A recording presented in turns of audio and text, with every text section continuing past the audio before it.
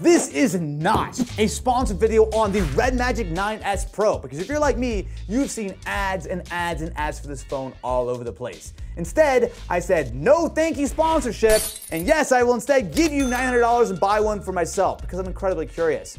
Is anyone really meant to buy a gaming phone in 2024? I mean, I get it. A few years ago when like the first Razer phone came out, there's a real sales pitch to buy a gaming phone. But fast forward to today, and any reasonable flagship is gonna have the exact same chip. It's gonna have vapor chamber cooling, a big battery, and the problem is that typically, gaming phones have major downsides. You're gonna have subpar cameras, poor software support, a huge chunky build. So today, let's take a look at this REDMAGIC 9S Pro, which has taken over my subscription feed to see, is this actually worth it? Now, while I did pay $900 for this phone, I will say that you can get it cheaper if you buy it directly from the REDMAGIC site. So I bought it on Amazon, and for some reason on Amazon, it is $100 more expensive than it is on the REDMAGIC site. Okay, I'm so curious. I've seen so many ads of this thing. It looks kind of cool. This is the Cyclone colorway, and it supposedly has a transparent back. It does feel pretty nice. We've got a headphone jack on top. Oh my God, a headphone jack? All right, wait a minute. I was about to like make fun of this thing for being all dumb and stuff, but actually that's pretty good.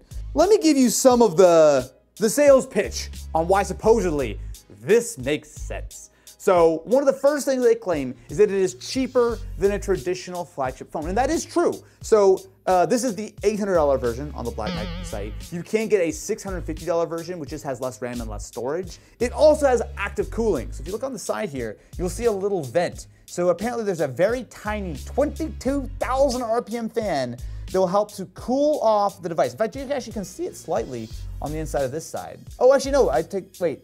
Oh, I thought that was a camera. That's actually the fan itself. Oh, that's actually kind of a cool design. So you can see two cameras and you got the fan which spins.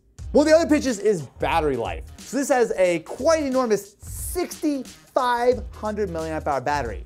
I will say that's just cool. That's just a significantly bigger battery than pretty much any regular flagship out there. I am completely unsure of what to think about this. So we do have a case in the box, as well as, well, the REDMAGIC girl. She looks like she's gonna mess you up. And a power brick. A power brick and a phone box? I have to sit down. How can they afford that? It's 2017 all over again. Have you heard about the latest REDMAGIC phone? Oh my gosh. That actually looks kind of sick. Hit the fan button. Fan lights up. That is crazy. So there's a feature that I've not tried yet. I was waiting for you. Okay. Give me a hand with it. All right. Okay. So hit super bass. Okay. And then press on Mora. Oh God, I already know where this is going. I don't know what this is, but it wants me to choose my identity for Mora. Oh my gosh, okay. I mean, normally you go on the Play Store and seek this out, but this just comes with you. Hi. Okay. He is interact. Oh no! No! Oh, you got different skins. Here's the thumbnail one. Ah, okay, all right. That's enough of that. All right, have fun with your REDMAGIC. I will grab this phone when you are done with it. For obvious reasons. For very obvious reasons. Earthquake! Hurry up, Commander! So, I've been using the REDMAGIC for a little bit, and I've got a lot of thoughts. But first and foremost, let's actually play some games, because that's really what this is designed for, not games with Mora. Sorry, Mora. That's not allowed. Okay, anyway. One of the advantages of a gaming phone, specifically with this REDMAGIC, is that it does have the triggers on the top, which is nice because you don't always need a controller. I'm gonna jump into COD Mobile, which is one of, I think, the better games to demonstrate how this works. Now, the way these triggers work, you just have to swipe in from the side, and you can enable it via the gaming mode. And what happens is, they essentially will tap buttons on the screen for you, so it really just emulates if you just like touch the bottom left or bottom right, you can kind of adjust it. The advantage there is that certainly for like games that have like shooting involved, it's a lot easier because you don't have to move your thumbs as much. You can actually use it a little bit like a regular controller. So you can see here with the triggers, if I tap left, it's going down to my sights. And if I tap right, I can shoot. The experience is good, I will certainly say. The fluidity of running this on like high settings and like, 120 FPS or more. Like, this is good, this feels nice. If I can say some positive things about this first, this is a gaming phone. And it does feel good as a gaming phone, Like, yes, it's a little bit on the bigger, chunkier side when it's in your pocket, but when you hold it in your hands, it feels nice. That fan is spinning and there's certainly airflow that goes through, but it's not loud. I've got it on the auto mode. You can manually set it to like turbo mode, but to me, even when the fan's cranking at 100%, it's not that loud. For normal gaming, this is solid, but outside of the triggers, I'll say that this experience isn't really that different than something like using a Galaxy S24, where you really see the advantage of a gaming smartphone is in the benchmarks. So I'm going to start a stress test on both phones, and we'll talk a little bit about the performance that you're gonna get. So, for context, when you look at the marketing for the REDMAGIC, it is very clear that they want this to be the most powerful gaming phone you can buy. And if you look at the benchmarks, you actually will see that that is largely true. So we've run this REDMAGIC against a few other phones, mostly the S24 Ultra, but also like the iPhone 15 Pro and the OnePlus 12. And this does score higher than any of those other phones, generally speaking. Let me remind you, my friends, this is not a sponsored video. I bought this REDMAGIC with my own money, and therefore I have the freedom to tell you that these numbers are, I'll be generous and say, a little bit misleading. So with our S24 strapped to the REDMAGIC Cooler 5 Pro, what you're gonna see here is that an external cooler will get you almost the exact same score. So one of the things I will say is that they allow, like when the REDMAGIC is really cranking, yes, it has a fan. Yes, that is able to keep the processor cool, but the frame of the phone gets incredibly hot to the point where when you're running this benchmark for like 10 minutes, it's like hotter than I want to touch. Like it is incredibly, incredibly warm. And that's like the whole frame of the phone, the back. Like it feels like REDMAGIC don't care about the skin temperatures. They don't care about you being able to touch it. They just let that thing run. Whereas with the S24 Ultra, I'm running it with a cooler right now, but even without the cooler, it never gets that hot. They just throttle the performance back before it gets uncomfortable. Now you might think that with a 6,500 milliamp hour battery, that you would get great battery life with the REDMAGIC. And that's largely true, except when you really tax it. So if you were running something like this, which is the 3D Mark Steel Nomad stress test, it is a 20-minute full 100% load on the phone.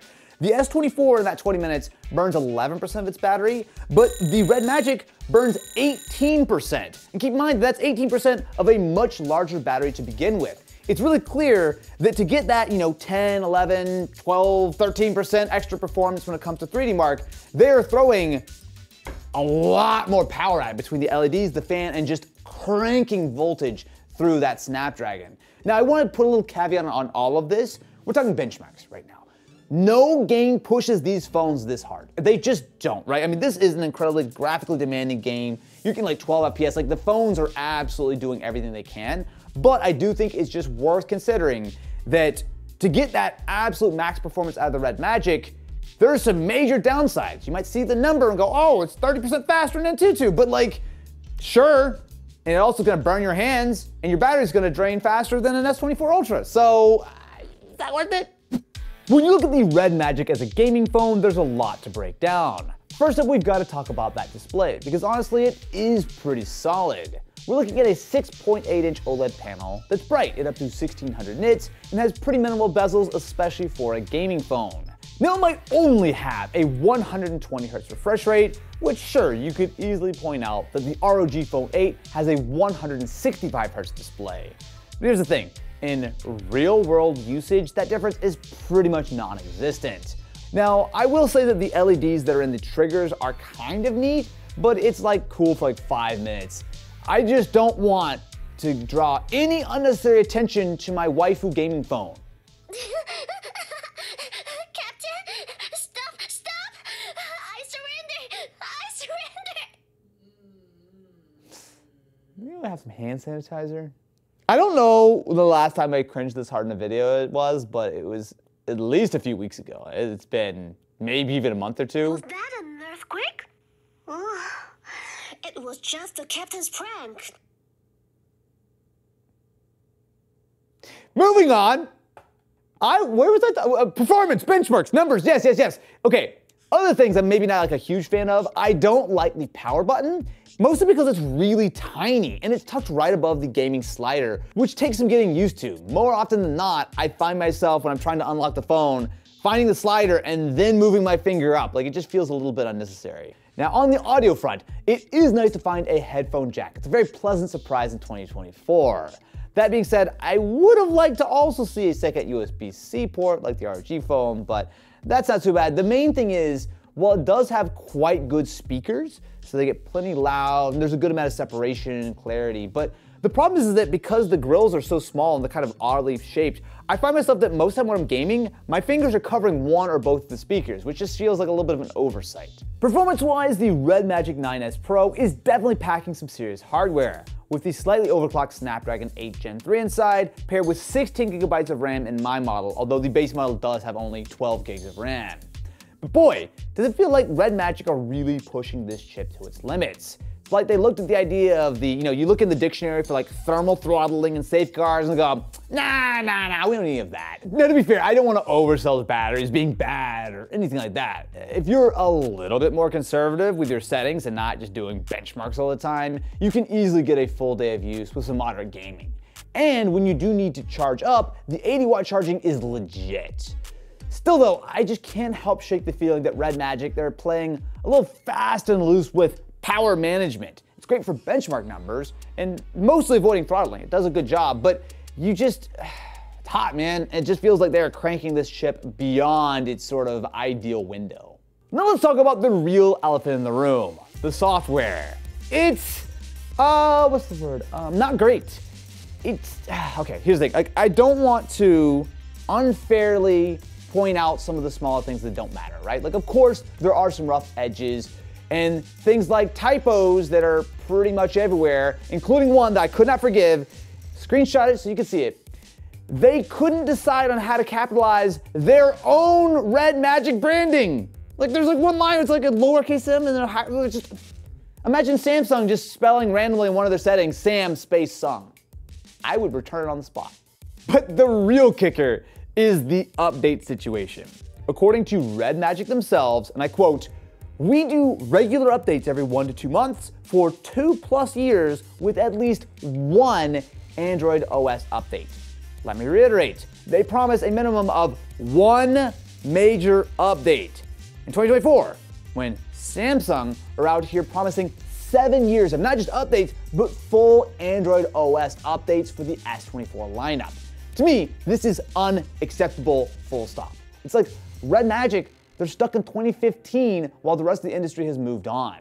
Now, I guess you could argue that hardcore gamers don't care about updates, but like, we're talking about like security patches, bug fixes, new features. I mean, even if they do give you the full 2+ years that they may be able to reach, and that's not for full updates, just like for like software updates for like the small things like security, this stuff matters when you want to use it as a daily driver. I mean, you're spending a lot of money on this phone. I want it to actually get updates in a timely fashion for more than a year or two. Well, that's not okay. You also won't be surprised to learn that the cameras are passable, I guess. It's just clear that they've cut corners for budget's sake here. Now, while the main shooter isn't terrible, it is a clear step down from what you would expect with a proper flagship such as the S24. What's weird is that they've chosen to go with an under-display front-facing camera, which, as I'm sure you can see, is not great, especially when you have like lights around. It's very like smeary and halo-y. And for like a gaming phone, I get that you don't want to have like big bezels and whatnot, but it just feels like a strange choice because who doesn't want to use the front-facing camera on their phone? Like, I feel that's like a very normal thing. For context, this is what the front-facing camera looks like on the S24 Ultra. Like, it is night and day better. Like, there's a lot of problems I've got with the REDMAGIC, as I'm sure you're hearing, but the cameras are certainly one of the bigger sacrifices. Look how much better this looks! All of this brings me to my biggest issue with the entire, honestly, concept of gaming phones in 2024. It's not 2017 anymore, my friends. We have the excellent dedicated handheld PCs that aren't limited to just playing mobile games in Mora. There's the Steam Deck, the RG Ally, the Legion Go. These are all getting better and more affordable all the time. The idea of your phone being the everything device, it's tempting, like I get it, but at what cost? The REDMAGIC 9S Pro, and really gaming phones in general, they feel like a solution to me that it's a problem that doesn't really exist anymore. I mean, don't get me wrong, it's a capable device, but in a world where our normal phones are getting more powerful by the day, are great for gaming, do so many other things, and if you care about gaming that much, dedicated handhelds are more accessible than ever, it just feels so difficult to justify these compromises. If you really care about mobile gaming, personally, I just think you're better off buying a more well-rounded flagship that is good at everything, and then buy a clip-on cooler, or a controller, or a battery bank from time to time. Or, oh, I don't know, here's a radical idea. Grab yourself a Nokia 3310, buy a Steam Deck, and go out and live your best life. Because I think it's hilarious, Joanne. I think the idea of a digital nomad going out into the wilderness with a Nokia 3310 and a Steam Deck, and leaving the trappings of modern society behind sounds like a great idea. So if you don't see a video next week, that's where I went.